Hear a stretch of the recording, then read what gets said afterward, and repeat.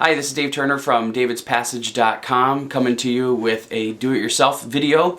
A couple videos ago I posted a video about my mess kit, and in my mess kit I was showing how in the mess kit, this kit here, how all of my pots, pans and everything fit in there, including this this alcohol stove. Now this alcohol stove is a project that I actually discovered on YouTube. And I'll try to find the original video that I learned it from and post just a shout out to whoever that was when I finish this video here. But this thing was incredibly simple to make, and I'm going to show you right now how to make it. It works with methyl alcohol or denatured alcohol, better known as heat. Heat in the yellow bottle, not the red bottle. So you can use heat, you can use denatured alcohol. I also found a dollar store replacement for this at Family. There's a Dollar General. It's in a yellow bottle, and that works just as good as this stuff does. So, and it's only $1. This stuff is like $2.39 in the gas, or $2.39 in the gas station.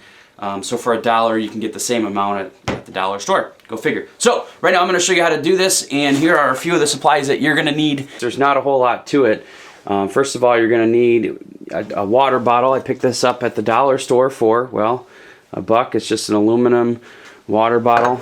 Nothing too fancy about it. You're going to need that. You're going to need a hacksaw. You're going to need a permanent marker to mark the ring around the bottle. You're also going to need this. This is a just 1/16 inch drill bit. You're going to need that to drill some holes. And you're going to need a tool to make some measurements with in order to draw your line. Now, I have a caliper there. You don't have to use that. I've used rulers in the past, and it's nothing that's an exact science, but that's what I had in my shop down here in the Dave Cave. So let's get to it. Okay, the first thing I'm going to do here is just I set my caliber to 1 3/4 inch. You're going to want to find, I've seen people use like duct tape rolls and sitting their marker on the, on the duct tape roll. I know because I've got to make a few of these for a backpacking trip, I've just taken my marker and actually used, an old one if you want to make more than one. But actually this first one, I think I just used a duct tape roll and held my marker on it. But basically, you just take your marker and whatever you're using to make your mark. And you're going to make a mark all the way around the bottle, like so. Trying to keep that as even as possible. Okay, so you can kind of see that line there. Next, what I'm going to do, put my marker away. Next, what I'm going to do, and there's probably a better way to do this. This is just the easiest, simplest way without, if you don't own power tools or a big way to cut it. Is just take your hacksaw now, and you score the line, and you try to just real carefully, make a cut on that line all the way through the bottle. Just draw real carefully and score that line real good. I just like to keep it real nice and neat right on that edge. And I'll do this, and I'll go all the way around the bottle, just like that. You get a nice score going in there, and then try to keep it as even as possible. Again, then I'll go through the bottom part here, and then we'll go on to the next step. Okay, so I'm starting to get a little score in here, and my blade's starting to break through, so I'll keep hacking away like this.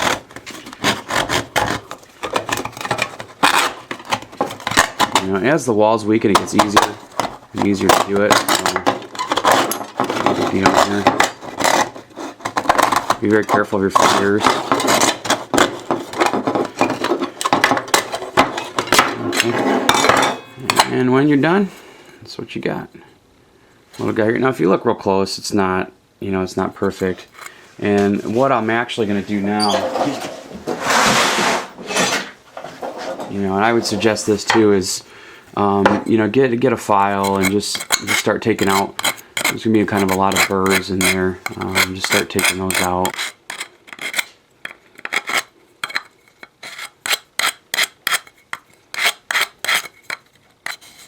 Yeah, you definitely don't want to have any loose, especially because if you're out and about, you don't have to, anything you could do to prevent a first aid situation, prevent you from getting infection, and that sort of thing is a good thing. Alright, so now, that's what we've got. So, what I want to do now is I want to use the other end of this bottle. I'm going to take the plug off. And I'm going to actually just use my old can as a template instead of getting a new can out or getting my calipers out, because this is going to be the best way to just measure this. And I'm going to take my marker and just sort of make another line, with that on a flat surface, with the top down on a flat surface. Make another line over the top of the can. Okay. You can see that there. And now what I'm going to do is, second verse same as the first. I'm going to cut the top of this can out just like I did the bottom. Okay, so I've got my base here, and I took the other end of my water bottle out, and I cut that off. So now I've got this end. This is the top end, and I took my my file and got rid of all the I guess the wraps from the side. And now what I want to do is you want to make a couple of cuts with your hacksaw in the top of this, and I make two just in an X pattern. And what happens is when we invert this and put it down in, put it together, those little notches will allow the alcohol to flow through, and I'll do that just to show you what I did, and then I'll show you how deep it is. Okay, so I just basically took my hacksaw and I cut and get this up close so you can kind of see it's not very deep, and the reason why is when you put this in, it allows the alcohol to pour in and around here. Okay, so the next step, what we need to do is we need to force this end as evenly as possible down into this end. Now I know there's some other alcohol stoves on, and this is where they sort of differ. There's some pop can stoves that I've seen that use a similar sort of theory. The thing I really like about this is because it's a thicker wall, it just feels a lot more solid than a pop can stove. You can use it multiple times. I mean, I've probably burned through this thing at least 20-30 times, and even in experimentation, and it's great. It's a little dirty because I haven't cleaned it for my last trip, but the next step is to take this and force it into the base here. Okay, so here I've got it upside down. I've got it on the concrete floor here, and I'm just going to take it. I'm going to use my fingers to sort of feel around just to make sure that it's as even as possible over that lip. Then with this, you can use a brick to do this. I've used wood. I'm just sort of going to apply some pressure and try to get it to go over that bump and as even as possible. What's going to happen is it's going to form a seal. It's going to form a seal around the edge as these two kind of come together.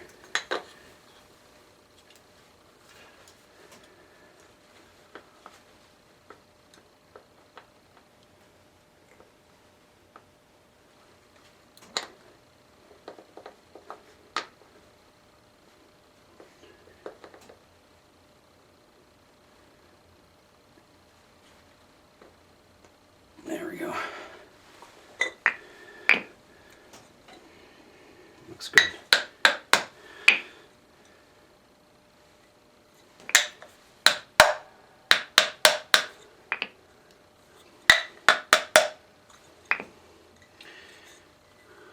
Looks pretty good. Okay, so I've got that here. Now the next thing I want to do is you can kind of see there's a little lip here, obviously, because of the wall of the difference between the wall and there. And what I've done afterwards is I've actually gone through with my bench grinder and smoothed that out. It's not really a big deal. But if you could see this little bump, what's happened here is this lid has sort of inverted and kind of created a seal all along there. And what we're going to do is we're going to make some holes. Here's another stove I made. You can kind of see. We're going to try to make some holes and match them up below that bump, just below that bump. So I'm just going to use a ruler or whatever and get an idea of how high that is. Just to get an idea here. Okay, one 1 1/4 inch about. Okay. And now I'm going to make another circle around here, 1 1/4 inch, and I'm going to put just some dots at different cross sections. I'll show you that in a second, just so you get an idea of where we're going to put the holes.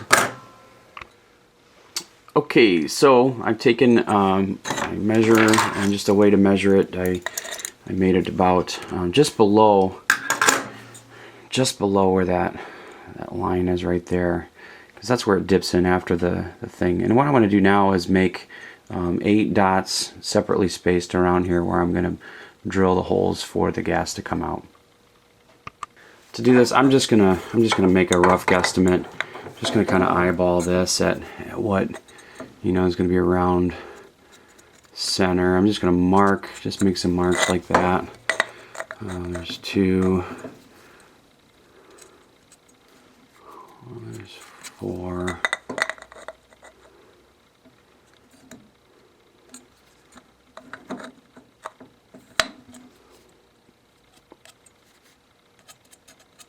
There's 6 and 8. It's not going to be perfect, but you can, if you're more of a perfectionist than I am, you can kind of do that. And now what I'm going to do, I'm just going to handy double markers. Put this around. Get my skinny pointy tip right there. Okay, I'm just going to find these marks and follow them down. Just make a little scratch there. 1, 2, 3, 4. It's going through a little better. 5, 6, 7, 8. Now I'm doing 8 here. In my original one, the one I've got in my pack extra right now, only has 6 of those. My theory is it probably will burn a little bit more fuel, but it's not going to be enough to cry home about. Okay, now this is where it's going to get a little bit trickier, in doing this with a camera. But here's my drill bit. That's the 1/16 inch bit. And what I'm going to do is I'm just going to make, I'm going to drill little holes into each one of those guys. I'm trying to keep it as straight as possible. I know this isn't like, I'm sure some of you guys have fancy drill press equipment or something. You could probably do a much better job of it, but this doesn't take a whole lot to do. Boom.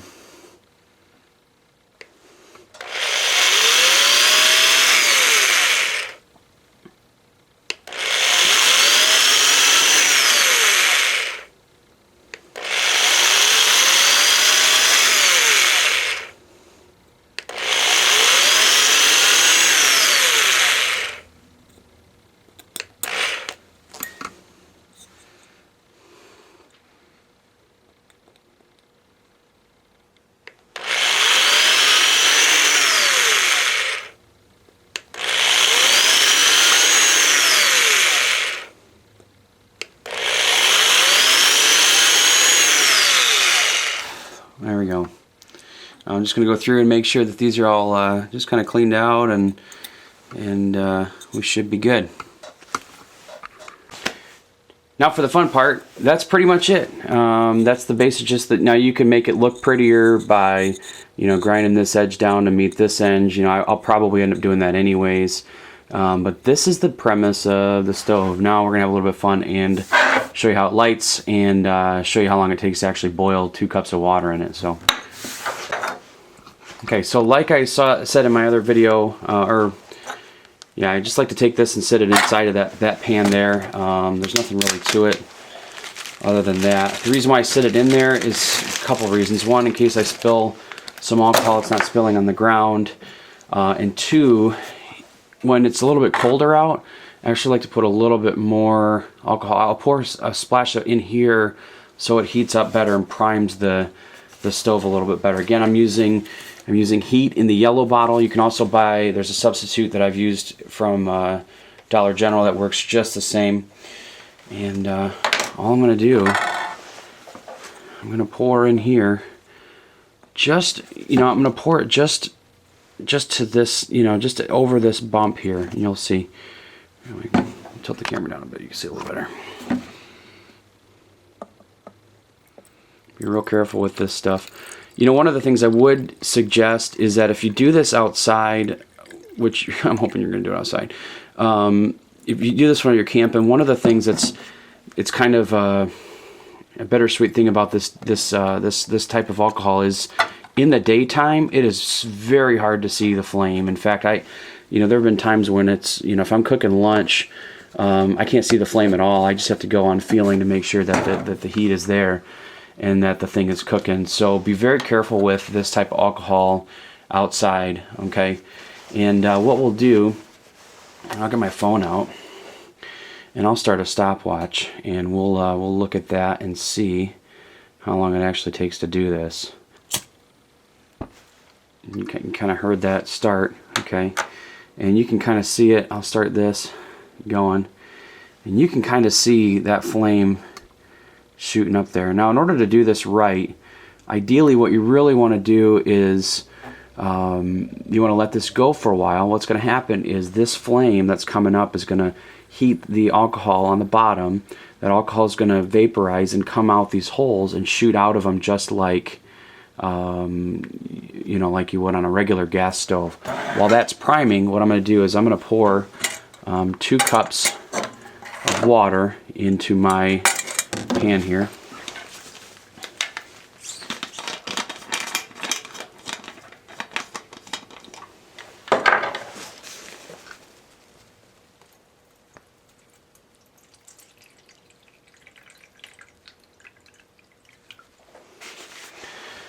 Okay. Now in these pans, just over those rivets, when you pour it and it's even, just over those rivets is 2 cups. Got the lid here.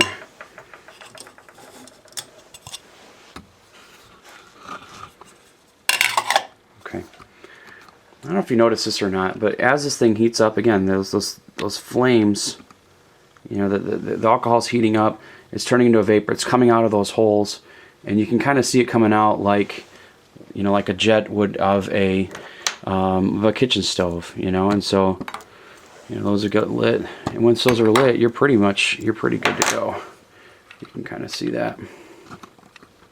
Now what I'm going to do right now, that was at 1 minute and 30 seconds or 39 seconds after I lit that. I'm going to stick this on top and just sort of let it go. Back this up a bit. Let it go, and just to sort of give you an idea of how long it takes to boil water in this thing.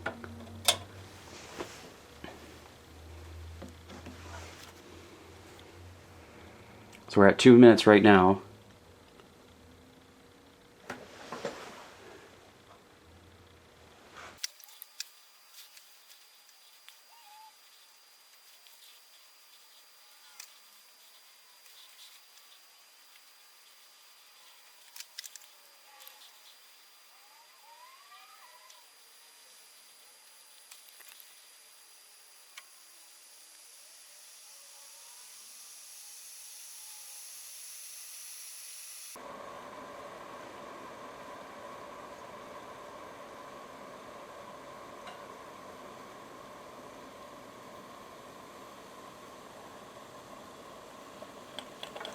Here it goes. Now that was 6 minutes and 30 seconds, and we put the pot on at 2 minutes, so I got 6 minutes and 30 seconds from light to boil, and about 4 minutes from from when we put the pot on to boil. So that's it. $1 alcohol stove. That's how I do it. When you're in the bush too, or when you're out camping, you can just blow this thing out. Be careful though, because of the alcohol in it. But that how much we put in there, just over that little ridge there. I'll go ahead and stop this. When we filled it just over this little bump here, that's enough to boil water. Right now I'm in a room at 68 degrees, just about. That'll boil water for probably 10 minutes. Now if you're in colder temperatures, I've taken this winter camping, it's very important to take a windscreen with you also. I didn't mention that. I don't need a windscreen in here, there's no wind, but especially in colder temperatures, you might run through a little bit more fuel. But in 68 degree weather, when I'm not, there's no wind, one bottle of heat lasts you about, I would say on average, about 8 to 10 burns. So that's pretty good, you know. And so I really appreciate this stove, and you know, I carry it around with me. Like I said, the one thing I just really love about it is that it fits right in that pack, right in that that mess kit that I have, and it does me a really good job. One thing I want to mention about this too is that you can actually just blow this out, and this is kind of tricky, but basically when there's no, you know, oxygen, it's not going to work. Just like that. So that fuel is out. Now when you empty it, when you empty it, you know, you got to be careful of the alcohol. I generally like to, you know, to completely burn through mine. Use my little tool kit here. That's another great thing about this tool, by the way. This little multi-sport purpose eating tool thing that I got for $6 at Litchfield Armory. That's not an ad for them, by the way. I don't, you know, I like them. You can use that. You can use that as a way to sort of pick that up too if you need to. But you know, with that leftover alcohol that's in there, be very careful when you pour it out. I've been successful in pouring it out of there. I like to burn it, or I like to, you know, be really intentional about how much fuel I use, so that I'm just using enough fuel. As you can see, there's just a smidgen left in there. And you know what's also nice about the, you know, the aluminum is, after being on that much, it's really not that hot. I can pick it right up. It, you know, it conducts heat really well, and then it dissipates easily. But I can dump that back in my bottle of heat and save that. So thank you so much for watching. This is David Turner with davidspassage.com. Don't forget to subscribe if you like these videos, or if you have any suggestions or comments, please definitely leave those. Check out davidspassage.com, and if you are so inclined, feel free to follow me on Twitter at davidspassage. And thank you again, and we'll look forward to shooting you another video soon. Take care.